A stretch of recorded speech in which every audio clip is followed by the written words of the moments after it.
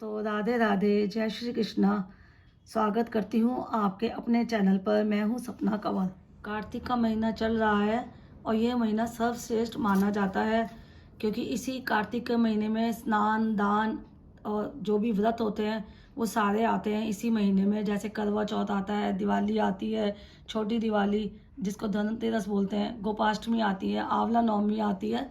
और इस महीने में जितना भी हम दान पुण्य करते हैं वो बहुत अच्छा होता है। कार्तिक के महीने में उसका बहुत ज़्यादा फल मिलता है, हमें शुभ फल मिलता है। तो इस जो हमें बाकी चीज़ों से फल मिलता है, सबसे ज़्यादा फल हमें दीप दान करने से मिलता है। जो ये दीप हम प्रज्वलित करते हैं मंदिर में, गौशाला में, कहीं पर भी, तो ये हमें कार्तिक के महीने में ज़रूर करने चाहिए। कार्तिक के महीने में हमें दीप दान करना चाहिए क्योंकि ये बहुत अच्छा है। तो इसके लिए हमें इस तरह से, या तो आप दिया ले सकते हैं 5, जो कि हमें 5 दिन लगातार, अगर आप चाहें तो दान कर सकते हैं। पूरे महीने जो दान करते आ रहे हैं दीप दान, वो 1 बत्ती वाला, 108 बत्ती वाला या 365 बत्ती वाला, वो नित्य करते रहें। जैसे आपकी पूजा होती है डेली की, शाम के टाइम दीप दान करें। और जो बाकी 5 दिन होते हैं, जैसे ये एकादशी आती है, देवउठान एकादशी से लेकर और बाकी पूर्णिमा तक, तो मैं आपको बताती हूँ कि किस तरह से बनाया जाता है बाती को। जो बाती है वो मैं बना के आपको दिखाती हूँ। मार्केट में इस तरह का सूत का धागा मिलता है, ये 3 तार वाला धागा है। इसकी भी बाती बना सकते हो आप, जो कि सूत का होता है ये। और इस तरह का कलावा मिलता है, इसकी भी आप बाती बना सकते हो। मैं बता दूंगी कितनी तार वाली बाती में कितनी बार लपेटा मारना है, 365 के लिए और 108 के लिए। इस तरह का कलावा प्लेन रेड कलर का मिलता है, इसकी भी आप बाती बना सकते हैं। ये भी सूत का ही होता है, पर फ़र्क इतना है कि ये कलावा होता है और ये सूत का धागा होता है। जो हमारी रुई होती है ना, कॉटन, तो उस रुई को ही बेल के पानी और दूध के साथ इसका तार निकाली जाती है। इसी से सूत का धागा, ये चरखा पे बना हुआ है, तो वो हाथ से बनती है। आप हाथ से बनाना चाहें तो आप वो भी बना सकते हैं रुई से, अदरवाइज़ आप इससे बना सकते हैं, या मोली से, और या भी इस तरह की मोली से। तो मैं आपको बताती हूँ 3 तार वाली जो ये सूत है, इसे 365 वाली जो बाती बनानी है उसको कितनी बार लपेटना है, कैसे बनानी है। जैसे ये सूत है, इसके अंदर 5 तारे हैं, इस तरह, इसको तार बोलते हैं। ये 5 तारे, 1 2 3 4 5। तो इसकी हमें अगर 365 के लिए बनानी है तो इसको हमें 73 बार अपने हाथ पे लपेटना होगा, इस तरह से। जैसे यहाँ से लपेटा लेके आएंगे हम 4 उंगलियों से, और यहाँ आके 1 हो जाएगा ये 1। तो इसको इसके साथ दबा के धागे को नीचे, 1 2 3 4 5 6 7 8 9 10 11 12 13 14 15 16 17 18 19 20 21 22 23 24 25 26। आप जिस तरह से लपेट रहे हैं तो आप ध्यान रखें कि गलती से गलत ना हो जाए, तो इस बात का ध्यान रखें, काउंटिंग सही रखें आप। तो अभी 26 हो गए हैं, 27 28 29। ये जब आपने इस तरह से लपेटा मार के 73 पर पहुंच जाएंगे तो इसको यहाँ से कटिंग कर लेंगे, बराबर की कटिंग कर लेनी चाहिए। उसके बाद ये आपका इस तरह से रोल तैयार हो जाएगा, खुलना नहीं चाहिए, ध्यान रखें। तो इसको आप इस तरह से पहले काट लेंगे।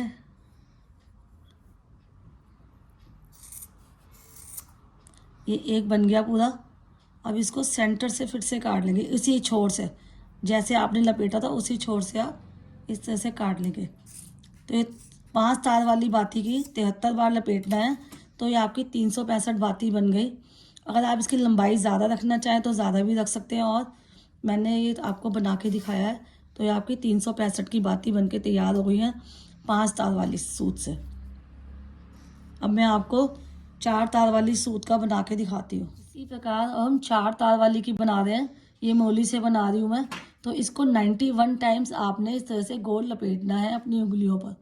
तो 1 2 3 4 5 6 7 8 9 10 11 12 13 14 15 16 17 18 19 20। ऐसे ये 4 तार वाली से 90 टाइम ऐसे मैंने कर लिया है, और एक इसके अंदर सिंगल तार भी डलेगी, तब आपके ये हो जाएंगे 365 बत्ती।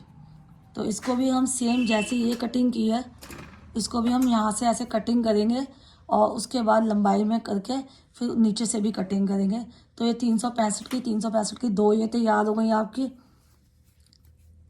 और ये 365 की ये थी 5 तार वाली, ये तैयार हो गई है आपकी।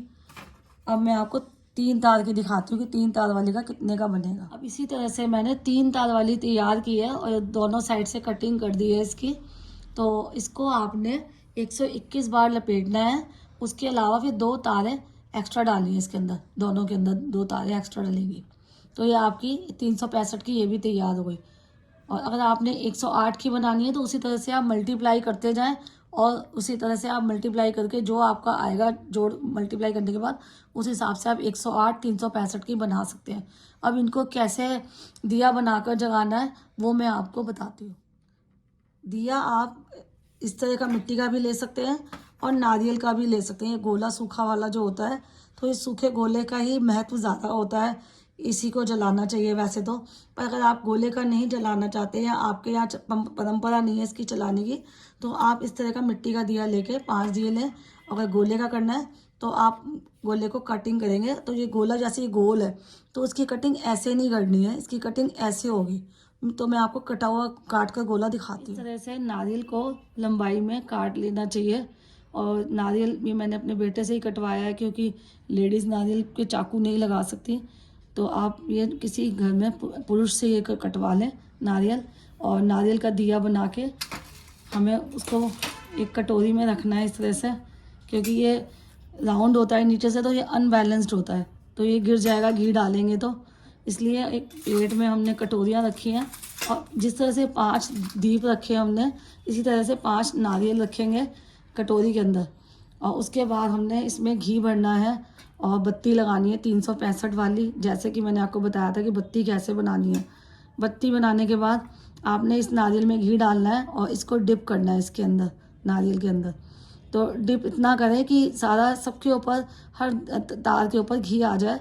और अभी घी थोड़ा सा हमारा लिक्विड है, तो मैं इसलिए नहीं डाल के दिखा रही। तो घी डालूंगा, इसको डिप करके इसको गीला कर लें ताकि बत्ती पूरी अच्छी तरह से जले। उसके बाद तो कार्तिक का महीना चल रहा है, तो घी तो अपने आप ठंडा होने के बाद वो हो जाएगा, सूख जाएगा, तो जम जाएगा वो, तो फिर गिरने का डर नहीं है। उसके बाद बत्ती को पलट के इस तरह से लगा दें सब में बत्तियाँ। अगर आपने ये वाला दिया रखना है मिट्टी का, तो उसमें भी ऐसे ही डिप करके घी से हो सके तो देसी घी का ही दीप जगाएं। देसी घी का दीप जगाना तो आप तिल का तेल ले सकते हैं, क्योंकि तिल का तेल सबसे ज़्यादा शुद्ध माना जाता है। देसी घी और तिल का तेल ही हमेशा पूजा में, डेली पूजा में यूज़ होता है। तो आप देसी घी ना हो तो तिल के तेल से भी जगा सकते हैं। इस तरह से बत्तियाँ सेट कर लें उसके अंदर। और अगर आपने दिए का मिट्टी वाले कैसे करना है तो मिट्टी में, और आपने नारियल वाले में करना है तो आप नारियल वाले में इस तरह से सेट कर लें। और बत्ती आप किसी भी तरह की ले सकते हैं, सूत की भी और मोली की भी। मैंने सारे तरीके से आपको बता दिया है। और उसके बाद